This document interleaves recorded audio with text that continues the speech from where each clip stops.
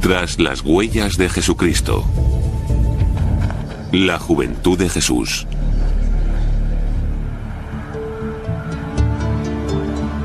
Hacia el año 30 después de Cristo, Jesús de Nazaret fue detenido en Jerusalén y condenado a la cruz.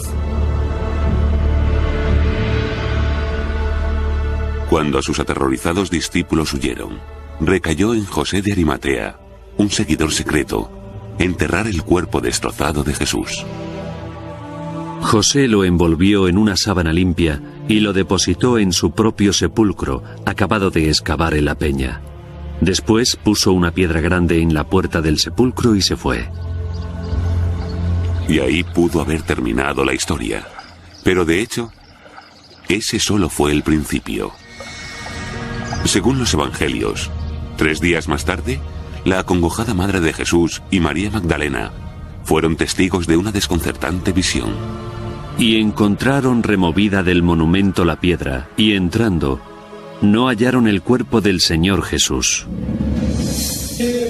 La fe en aquella tumba vacía ayudó a lanzar el cristianismo como religión mundial. Pero el sagrado símbolo de la resurrección pronto desapareció en un catastrófico acontecimiento. En el año 70 después de Cristo, unos 40 años después de la muerte de Jesús, las legiones romanas quemaron la ciudad santa de Jerusalén. En alguna parte, bajo las humeantes ruinas, yacía la tumba sin nombre de Jesús, perdida y olvidada. Hasta 300 años más tarde, cuando una resuelta mujer llegó en busca del lugar. Su nombre, Helena Augusta, la madre del primer emperador cristiano de Roma, Constantino el Grande. En cierto modo, ella es la primera arqueóloga, por el hecho de que no solo establece la tradición de que fue ahí donde sucedió, sino que excava a través de los estratos. Y en Jerusalén, excava para encontrar el lugar del Santo Sepulcro.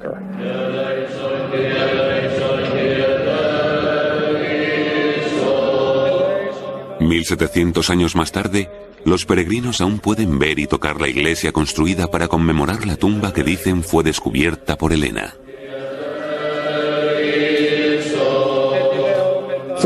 Desde aquí se accede a la rotonda, que es el centro, el punto principal de la iglesia. En el corazón de la rotonda se encuentra hoy una capilla que señala el sepulcro del propio Cristo. La cúpula es moderna, mientras que los pilares, aunque restaurados, son originales y datan de la época del emperador Constantino. Esto es, el siglo IV después de Cristo. Para los fieles, esta es la tumba de Cristo. ¿Pero fue Jesús enterrado realmente aquí? La respuesta podría estar en el increíble viaje de fe y descubrimiento de Helena, la primera peregrinación cristiana a Tierra Santa. Empezó en el otoño del año 326. Pese a tener casi 80 años, Helena realizó la ardua travesía de Roma a Palestina, rodeada de un pequeño ejército de cortesanos, soldados y oficiales. Entre ellos se encontraba Eusebio, el obispo de Cesarea, que inmortalizó su viaje. La emperatriz quiso prestarle la reverencia debida a la tierra que habían pisado los pies del Salvador, de acuerdo con las palabras proféticas que dicen: oremos en el lugar que hollaron sus pies. En su afán por seguir las huellas de Jesús, Helena había tenido un asombroso éxito. De hecho, a pesar del paso de 300 años, identificó el lugar del bautismo de Jesús en el Jordán. Luego, en el Monte de los Olivos, se arrodilló donde Jesús dijo por primera vez el Padre Nuestro. Y en Belén, desenterró la misma cueva de la Natividad. Durante los próximos 1700 años, innumerables peregrinos venerarían estos lugares. No hay duda de que ella es de mucha importancia para establecer los lugares santos. Ella inició muchas de las tradiciones en el siglo IV, pero que sean o no genuinos es otro tema. Creo que el único lugar que tiene bastantes posibilidades de ser auténtico es donde está localizada la iglesia del Santo Sepulcro. Debajo de la iglesia del Santo Sepulcro se encuentra una de las cuestiones más apasionadamente debatidas en la arqueología del Nuevo Testamento: Y ese es el lugar donde la leyenda de Helena alcanza su clímax. Cuenta la leyenda que Helena va a Jerusalén para intentar encontrar el lugar donde Jesús resucitó.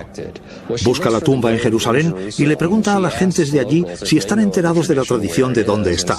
Algunos le señalan que creen que se encuentra justo debajo de un templo que habían construido, un templo romano pagano. 200 años antes, en el 132 después de Cristo, el emperador Adriano había arrasado Jerusalén y construido un templo pagano sobre lugares considerados sagrados tanto por judíos como por cristianos. En concreto, algunos eruditos sugieren que un templo a Afrodita pudo ser construido para ocultar a propósito la tumba de Jesús. La gente no quería a los cristianos. Eran responsables de perturbar la Pax Deorum, la paz de los dioses. Y me parece que habría tenido sentido para Adriano querer erradicar algo que era valioso para los cristianos en Jerusalén. Según la leyenda, Helena ordenó el derribo del templo y empezó a excavar allí.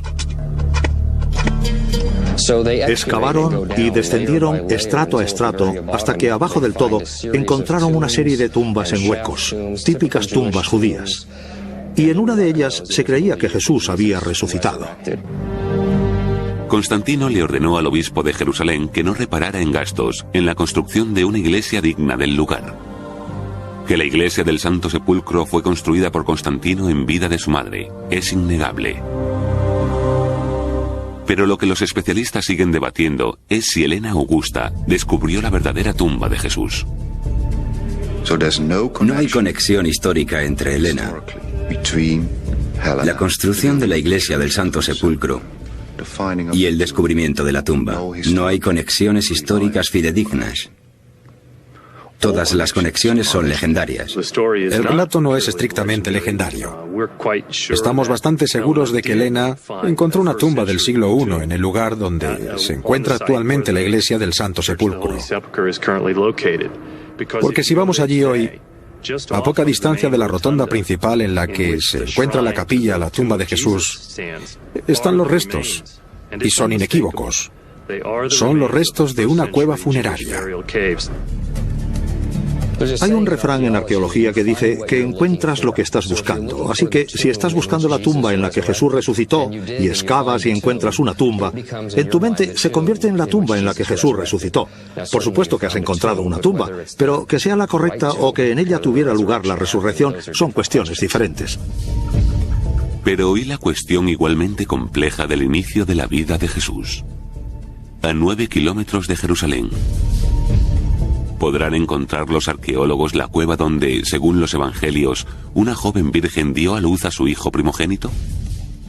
A continuación, ¿nació Jesús realmente en Belén? La historia de Jesús se inicia con un viaje de una semana a través de la antigua Palestina. José subió de Galilea, de la ciudad de Nazaret a Judea, a la ciudad de David que se llama Belén, por ser él de la familia de David, para empadronarse con María, su esposa, que estaba encinta.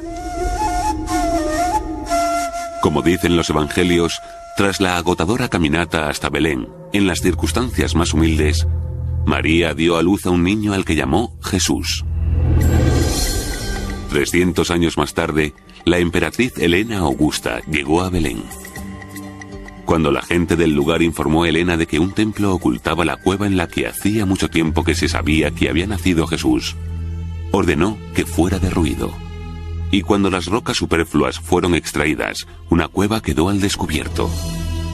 Bajo la supervisión de Helena, se construyó una iglesia sobre el sagrado lugar. 17 siglos más tarde, cristianos de todo el mundo vienen aquí, a la iglesia de la Natividad, para celebrar el nacimiento de Cristo. ¿Pero es este el lugar histórico auténtico? ¿Nació Jesús en Belén? Yo mismo no tengo conocimiento de ninguna prueba arqueológica de que Jesús naciera en la gruta debajo de la iglesia de la Natividad en Belén. Jesús bien pudo haber nacido en Belén de Judea, como dicen los evangelios de Mateo y Lucas. Tal vez tengan información histórica fidedigna y solvente. Creo que es impertinente descartarlo y decir que no es más que mito y tradición.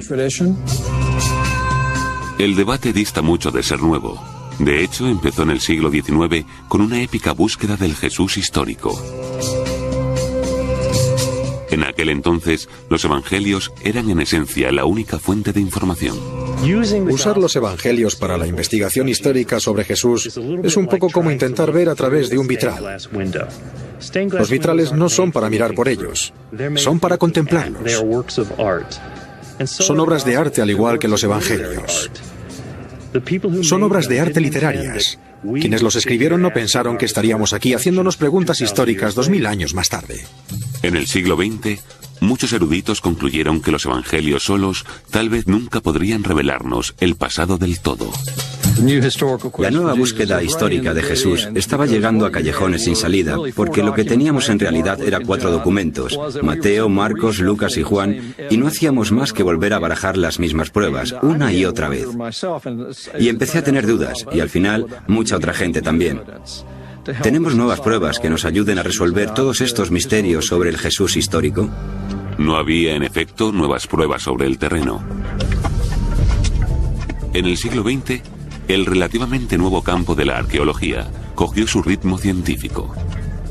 Estudiosos con una Biblia en una mano y una pala en la otra se dirigieron a Tierra Santa. Allí, Belén estuvo entre los primeros lugares examinados. La Orden Franciscana de los Hermanos Menores, custodios de muchos de los lugares santos cristianos desde el siglo XIII, promovieron las excavaciones en Belén. Algunos historiadores creen que desenterraron pruebas sólidas de la Natividad. Creo que Jesús nació en Belén. Las pruebas arqueológicas que tenemos muestran que las cuevas situadas debajo de la iglesia fueron efectivamente ocupadas como cuadras y almacenes en el siglo I, justo cuando damos por supuesto que se usaron para el nacimiento de Jesús.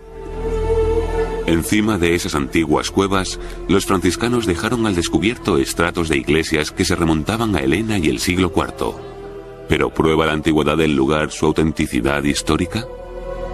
Hay una diferencia total entre un lugar histórico y lo que podríais llamar un lugar litúrgico, donde algo pasó y donde algo se celebra. Por ejemplo, cuando la emperatriz Helena llega con mucho dinero para construirte una iglesia, no le dices, bueno, Su Alteza Imperial, no estamos seguros de dónde sucedió. Le dices, aquí es donde lo hemos celebrado tradicionalmente. Ahí es donde construyes la iglesia y ahí es donde vas a celebrar el hecho aunque no sucediera ahí.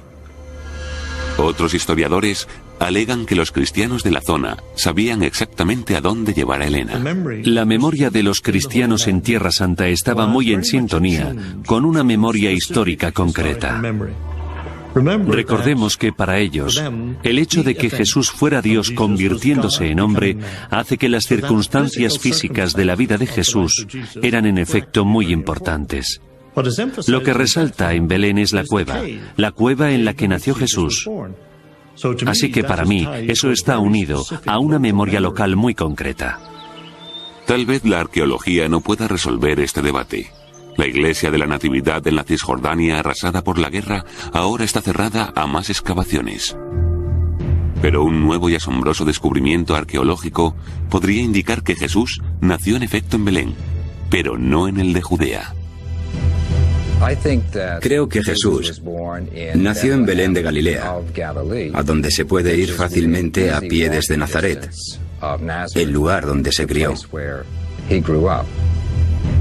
Estudiando el Nuevo Testamento, el historiador Bruce Chilton hizo un asombroso descubrimiento, una referencia a un lugar antes desconocido, llamado Belén.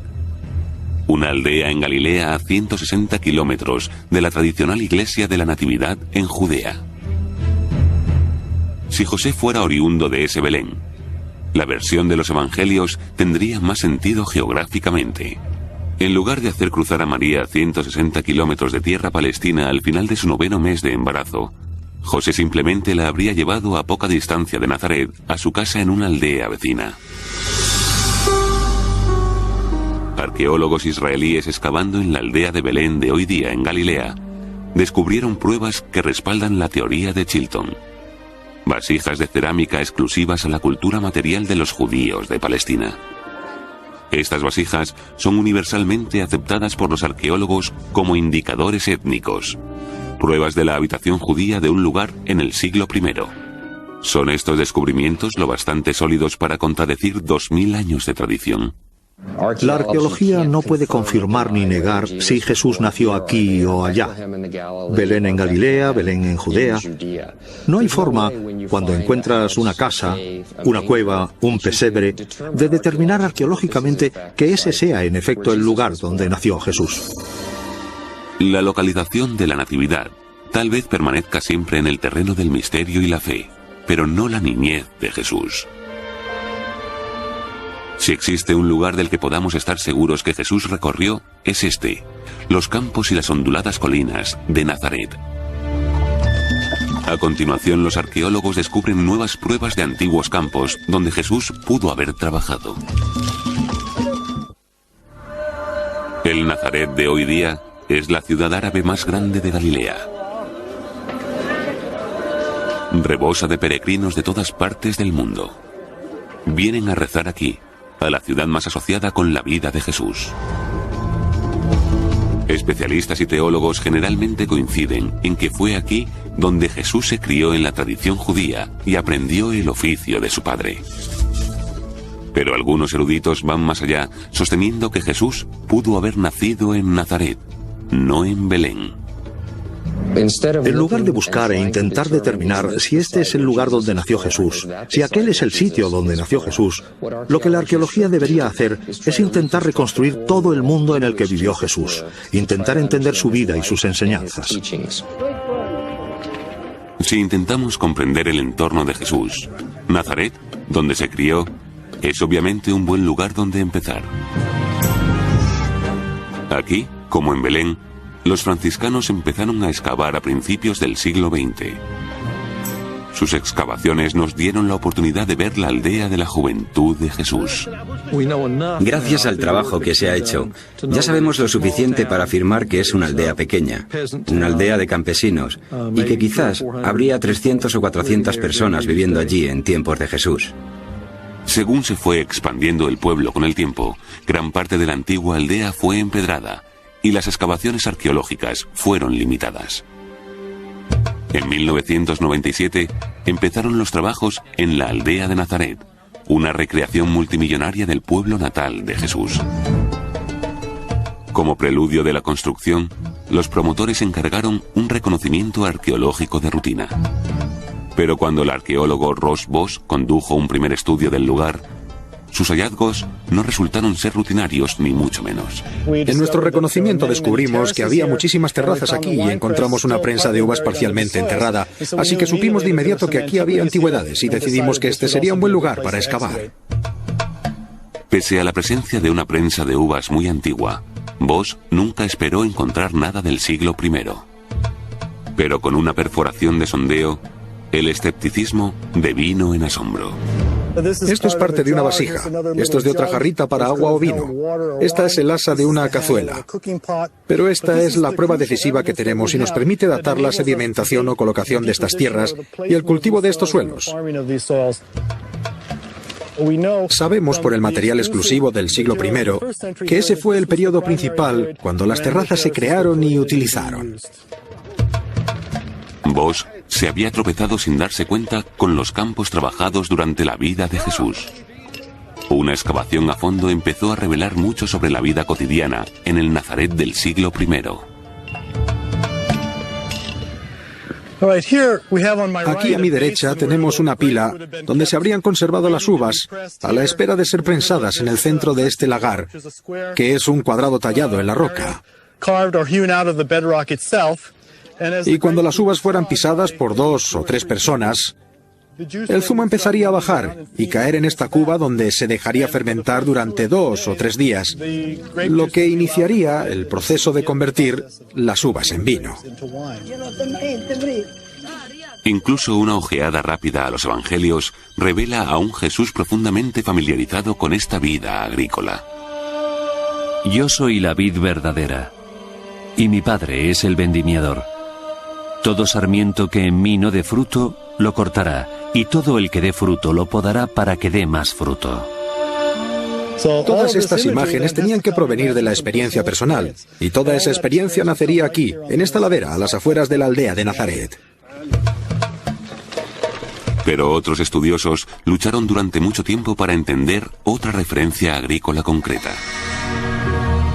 Un hombre plantó una viña, y la cercó de muro, y cavó un lagar, y edificó una torre, y la arrendó a unos vendimiadores, y partió lejos. Suponiendo que las atalayas no tenían cabida en un campo agrícola, muchos eruditos creyeron que la torre de la parábola era una inclusión posterior en el relato del Evangelio hasta que Ross Boss hizo un asombroso descubrimiento. Conforme subo por esta colina que está muy erosionada y en la que vemos mucha roca expuesta donde las terrazas se han derrumbado y las tierras de cultivo han sido arrastradas, tenemos en este escalón una de las terrazas conservadas que acaba encontrándose con una gran atalaya de piedra. Y esta torre en concreto está apenas a 6 metros de otra atalaya más abajo en otro escalón. Y detrás de nosotros está la torre más grande. Boss había descubierto no una, sino 3 atalayas del siglo I en los campos de Nazaret. ¿Por qué estaban allí? ¿Qué vigilaban? La función de esas torres era proteger los cultivos durante la cosecha.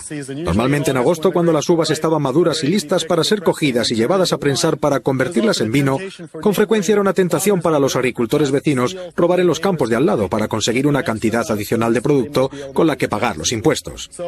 Así que en los meses de septiembre y octubre, cuando las uvas estaban maduras para ser cosechadas, la gente vivía en las torres de día y de noche durante esos meses para asegurarse de que nadie fuera a robarles. Estas ruinas son un eco del pasado, de la constante lucha por la existencia que definió las vidas de los campesinos del siglo I. Campesinos como Jesús de Nazaret. Alguien como Jesús vendría aquí regularmente para ayudar con la cosecha, para ayudar con la conservación de las terrazas, para pisar la uva en el lagar, para recoger las aceitunas y prensarlas para hacer aceite. Cualquiera de la aldea se pasaría la mayor parte de su tiempo fuera, en los campos, y sin duda Jesús estuvo allí. ¿Pero fue este todo el mundo de Jesús? Uno de los hallazgos más sorprendentes del siglo XX indica que después de todo, la juventud de Jesús pudo no estar limitada a las atalayas y los campos de Nazaret. De haber venido a Nazaret cuando Jesús tenía 20 años y haber dicho, quería hablar con Jesús, probablemente nos habrían dicho, pues está allí, en Séforis. Tras la natividad y una mención de pasada a la niñez de Jesús en Nazaret, los evangelios guardan silencio. Cuando volvemos a encontrar a Jesús, ya tiene alrededor de 30 años y está a punto de ser bautizado. En el intervalo se encuentra la juventud perdida de Jesús. El deseo antiquísimo de rellenar las páginas que faltan en la biografía de Jesús ha producido relatos tan extravagantes como el de un Jesús adolescente viajando a la India para intercambiar conocimientos con Buda. Irónicamente, un descubrimiento arqueológico moderno indica que Jesús tal vez solo necesitó desplazarse a 1 hora de su casa para entrar en un mundo que le era totalmente ajeno. Jesús tal vez pasó su juventud en la cosmopolita ciudad de Séforis. En 1931, el arqueólogo pionero Leroy Waterman descubrió la antigua Séforis apenas a 11 kilómetros de Nazaret. Aunque la ciudad era conocida desde hacía mucho por la literatura rabínica como un centro de vida y aprendizaje judío, Waterman se sorprendió al descubrir los restos de una metrópoli de estilo romano. Ahora nos encontramos en la parte central de la calle con columnatas, por donde circulaban los carros en la antigüedad. Al otro lado estaba la acera empedrada con mosaicos. Estaban bordeadas de columnas y sobre ellas descansaba un techo que cubría las aceras. Luego tenemos las entradas de las tiendas, que estaban construidas aquí, a lo largo de la calle principal de Séforis. Cuando Waterman fechó provisionalmente esta sofisticada ciudad en los tiempos de Jesús, esto conmocionó al mundo de la erudición del Nuevo Testamento. La primera fase de la excavación reveló la gran urbe, lo cosmopolita que era Séforis. Y entonces comprendemos que Jesús no creció en el aislamiento pueblerino. Lo que sucede ahora cuando incluimos a Séforis en el panorama es que muestra que justo al lado de Jesús había una comunidad urbana floreciente y cosmopolita que habría tenido un profundo impacto en la Galilea de Jesús.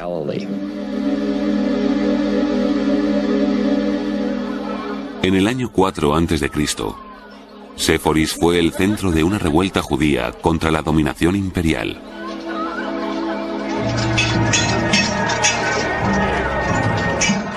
Según el historiador del siglo I, Josefo, los romanos respondieron al levantamiento con rapidez y dureza. El capitán romano luchó contra los que se le enfrentaban y tomó la ciudad de Séforis y la quemó, y convirtió en esclavos a sus habitantes. Menos de 10 años después, Séforis volvió a renacer de sus cenizas, esta vez como la nueva capital imperial de Galilea. Se estaba reconstruyendo toda una ciudad, y esto se estaba haciendo justo durante la infancia y primera juventud de Jesús. A mí me parece lógico que su padre, José, un carpintero, y él estuvieran allí trabajando. Jesús es llamado en los evangelios un tectón, alguien que trabaja con las manos. Y tradicionalmente lo hemos interpretado como que era carpintero. Según esta teoría, en realidad pudo haber sido un cantero trabajando, claro está, con las manos, y haber estado trabajando activamente en los proyectos urbanísticos de Séforis con su padre José. Para mí, de haber venido a Nazaret cuando Jesús tenía 20 años y haber dicho, querría hablar con Jesús, creo que probablemente nos habrían dicho, pues está allí en Séforis. No estoy seguro, pero sospecho que era ahí donde estaba. La idea de un joven Jesús absorbiendo cultura grecorromana mientras trabajaba en Séforis revolucionó a los eruditos del Nuevo Testamento. Pero según Zeb Weiss, director de la excavación de Séforis, fue la posible conexión de Jesús con el teatro de estilo romano, lo que suscitó más polémica. Desde aquí podemos hacernos una buena idea del auditorio cubierto al que 4.000 o 5.000 personas, residentes de Séforis y gente de fuera de la ciudad, de otras poblaciones, solían venir a ver las representaciones que se hacían en la ciudad. Ahora, una posibilidad es que Jesús hubiera ido al teatro y que de ahí adquiriera el concepto de hipócrita. La palabra griega hipócrita aparece 17 veces en las enseñanzas de Jesús en el Nuevo Testamento. Y cuando oréis, no seáis como los hipócritas que gustan de orar en pie en las sinagogas para ser vistos. Hipócrita en griego solamente significa actor de teatro. Jesús la usa para atacar a sus enemigos y acusa a la gente de ponerse máscaras, de fingir fachadas, por así decirlo, de ser actores antes que ser verdaderos devotos de Dios. Pero el problema es que el teatro puede no remontarse a la época de Jesús. Podría ser posterior a Jesús. Fechar la época del teatro juega un papel importante en una fase polémica de la excavación que empezó en la década de los 80, 50 años después de su primer descubrimiento. Aunque una nueva generación de arqueólogos seguía considerando a Séforis como decisiva para entender las influencias formativas de Jesús, no coincidían con los primeros eruditos en esta crítica pregunta. ¿Fue Séforis una ciudad grecorromana o judía cuando Jesús crecía cerca de allí? Durante los años de excavación en Séforis, he cambiado de opinión sobre el origen helenístico y romano del lugar debido a los numerosos gentiles que allí vivían, y he pasado a verla como una ciudad judía que había adoptado un barniz arquitectónico helenístico y romano.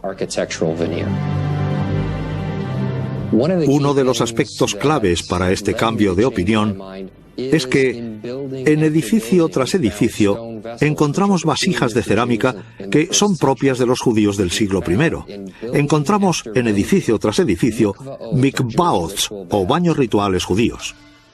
Nos encontramos junto a un baño ritual o mikvah, que data del siglo I o principalmente del segundo y tercero después de Cristo. Y aquí tenemos otro mikvah o baño ritual. Aquí hay un ejemplo y otro más allí. Esos mikvahs son de dos casas distintas y ahí hay un muro entre ellas. El hecho de que tengamos más de 20 mikvaos indica que la población que vivía aquí era en su mayor parte de identidad judía.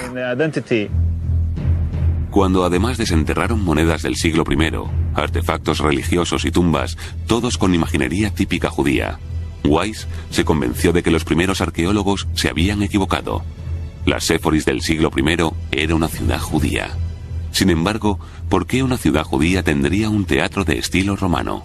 Según Weiss, en los tiempos de Jesús no lo tenía. No hay forma de conectar el teatro con una cierta frase en el Nuevo Testamento y que eso indique que Jesús visitó Séforis o que tomó parte en la construcción del teatro. Las pruebas arqueológicas indican claramente que hablamos de un periodo posterior. Según Weiss, los artefactos encontrados debajo del teatro remontan definitivamente su construcción a finales del siglo I o principios del siglo II. Asimismo, las calles con columnatas y las villas de Séforis fueron construidas al menos 40 años después de la muerte de Jesús. Aunque ahora parece que la Séforis del siglo I no era la metrópoli grecorromana que los especialistas una vez supusieron, seguía siendo una ciudad y como tal ejerció una profunda influencia en la Galilea de Jesús. La romanización, la urbanización y la comercialización de Galilea hizo mucho impacto en la Baja Galilea hacia el año 20. Así que no me sorprende cuando dos movimientos populares, el del bautismo de Juan y el del reino de Jesús, surgen en los años 20. Las ciudades no traían más que problemas a los campesinos. De hecho, ciudades nuevas como Séforis ejercieron una enorme presión sobre los campesinos de Galilea. Las ciudades suponían impuestos más altos, pobreza y a la larga pérdida de tierras. Cuando Jesús dice en el Evangelio, bienaventurados los pobres, ¿significa esto bienaventurados los pobres de espíritu y se convierte en una preocupación espiritual? ¿O significa bienaventurados vosotros, los pobres, la gente de una clase socioeconómica que se siente desposeída? Cuando realizas excavaciones arqueológicas y ves los lugares de Séforis y Nazaret, tienes la sensación de que no solo había pobreza por un lado, sino también una riqueza considerable centrada en las ciudades. Y bendecir a los pobres alinea a Jesús social y políticamente con los primeros. Aunque nunca pisara Séforis, Jesús pudo ver su impacto a su alrededor. Y así, cuando Jesús oyó las palabras de un predicador del desierto que clamaba contra la injusticia, supo que había encontrado su alma gemela, el profeta Juan el Bautista.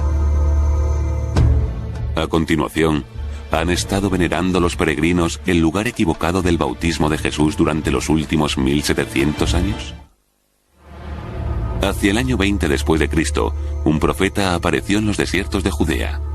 Su nombre era Juan, y apeló a la gente para que se arrepintiera y se bautizara en el río Jordán. Juan estaba preparando a la gente para el inminente advenimiento del Dios vengador. Dios vendría cualquier día para hacer de aquel injusto reino de Roma uno justo, recto y pacífico. Que Juan el Bautista es una figura histórica está bien atestiguado. No solo los evangelios, sino también Josefo lo describen como un santo varón que vivía en cuevas, vestía ropas de piel de camello y solo comía miel y langostas. Y los 4 evangelios también coinciden en esto. Jesús estuvo entre la muchedumbre bautizada por Juan. Si hay dos cosas de las que como historiador estoy seguro que le pasaron a Jesús, una es que fue bautizado por Juan el Bautista y la otra que fue crucificado. Bautizado Jesús, salió luego del agua. Y he aquí que se abrieron los cielos y vio al Espíritu de Dios descender como una paloma. Durante más de un milenio, los peregrinos han venerado un lugar en la margen izquierda del Jordán como el lugar del bautismo de Jesús. Pero nuevas pruebas asombrosas pueden indicar que ese lugar, localizado en el Israel de hoy día, tal vez sea el lugar equivocado desde el principio. En 1999, el arqueólogo jordano Muhammad Wahib hizo una afirmación incendiaria. Había encontrado el auténtico lugar del bautismo de Jesús en la margen derecha del río Jordán. Debemos decirle la verdad a la gente, que hemos descubierto el lugar. No estamos compitiendo con el otro lado, ni con los israelíes, ni los palestinos. Solo buscamos la verdad y la hemos encontrado. La certeza de Wahib descansa sobre uno de los tesoros arqueológicos más ricos jamás descubiertos en Oriente Próximo, con el que se encontró en 1996, cuando oficiales del ejército jordano le informaron de unas ruinas en tierra de nadie que habían sido destinadas a minas terrestres y malas hierbas. Excavando a lo largo del lecho del río ahora seco, Wahib se quedó estupefacto cuando descubrió los restos no de una sino de 3 iglesias de los siglos V y VI construidas una encima de la otra. Así que aquí estaba el altar de la iglesia y el suelo del mosaico que se ha salvado de la destrucción. Wahib se convenció enseguida de que estas iglesias fueron construidas por los emperadores cristianos bizantinos para conmemorar uno de los lugares más importantes de la cristiandad. Los bizantinos creyeron que Jesucristo estuvo ahí con Juan el Bautista. Así que este es un sitio sagrado para los bizantinos. Y de ese modo conocen el lugar exacto donde el Señor fue bautizado. Luego tenemos una escalinata conectada a esta iglesia, que desciende más de 22 peldaños, hasta una zona plana y ancha, cerca del agua donde los bizantinos creyeron que había estado el Señor. Todos estos símbolos son buena prueba de que los cristianos quisieron conmemorar su propio bautismo haciendo esto, grabando esas cruces en el muro. Wahib ha encontrado pruebas de peregrinación. Lo que comenzó con Helena en el siglo IV creció exponencialmente en los siglos siguientes. Pese a los graves peligros y las duras condiciones, miles de peregrinos viajaron a Tierra Santa, donde se construyeron instalaciones para recibirlos. A poca distancia a pie del lugar del bautismo en el lecho del río, Wahib encontró los restos de una de esas estaciones de peregrinos a la sombra de una colina, llamada por los árabes de la zona como la colina de Elías. En la estación de peregrinos había habitaciones para dormir. Había una cocina y a veces una casa de oración, una pequeña iglesia o capilla.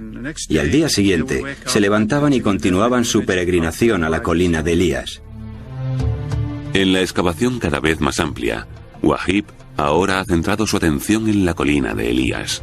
Para su asombro, descubrió extensas y fascinantes ruinas incluyendo 3 iglesias, un monasterio y enormes piscinas bautismales.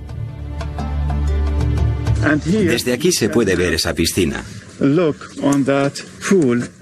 Hicieron una escalinata y aquellos peldaños diseñados para facilitar la entrada de los peregrinos y creyentes. Y luego, para entrar en la piscina, hay una escalinata amplia. Si se quiere entrar en la colina de Elías, antes hay que hacerlo aquí. Bañarse, limpiarse, hacer un bautismo de inmersión y luego continuar la peregrinación a las iglesias, los santos, y después a los hechos sagrados en la colina de Elías. Pero ¿por qué los peregrinos cristianos abandonaron el lugar del bautismo en el lecho del río para visitar la colina de Elías? El sitio donde, según la tradición, el profeta del Viejo Testamento, Elías, ascendió a los cielos. Porque como Elías vino aquí, Juan el Bautista vino aquí. Para Wahib, todas las cosas se estaban aclarando. Esta era la zona descrita en los diarios de antiguos peregrinos como poblada con ermitaños que vivían en cuevas y monjes que, al menos ya en el siglo III, habían venido a vivir en el desierto de Juan el Bautista. Ya tenemos restos de 3 cuevas, hechas en la ladera occidental de la colina de Elías. Horadaron la roca e hicieron las 3 cuevas.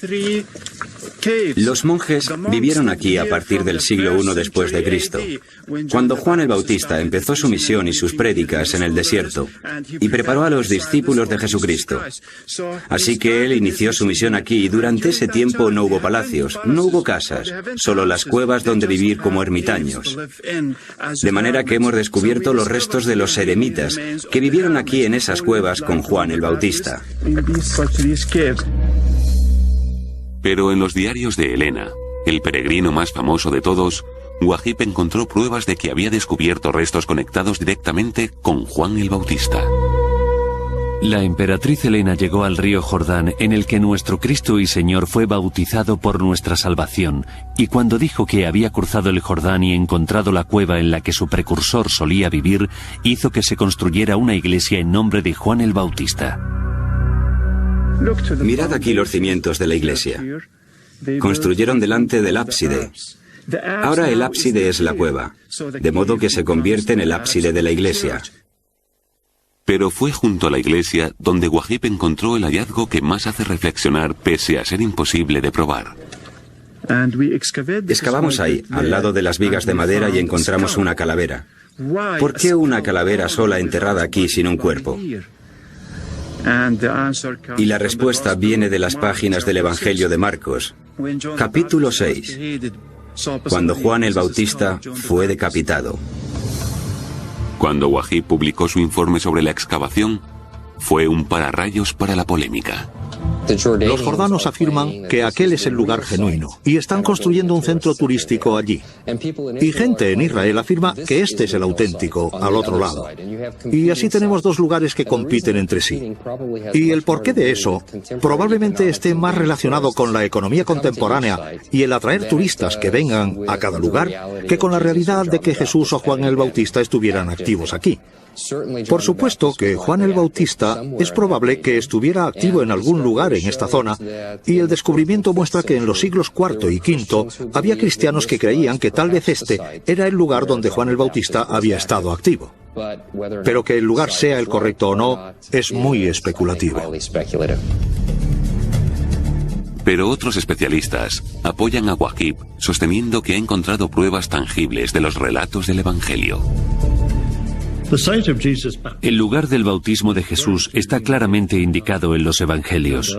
No hay duda de que Juan el Bautista estuvo trabajando en la margen derecha del Jordán al otro lado de Jericó. Estoy plenamente convencido.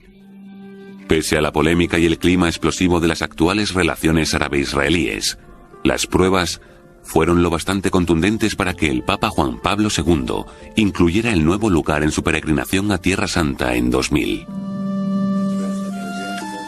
Al final, el Papa no bendijo ni la margen izquierda ni la derecha, sino las aguas del Jordán.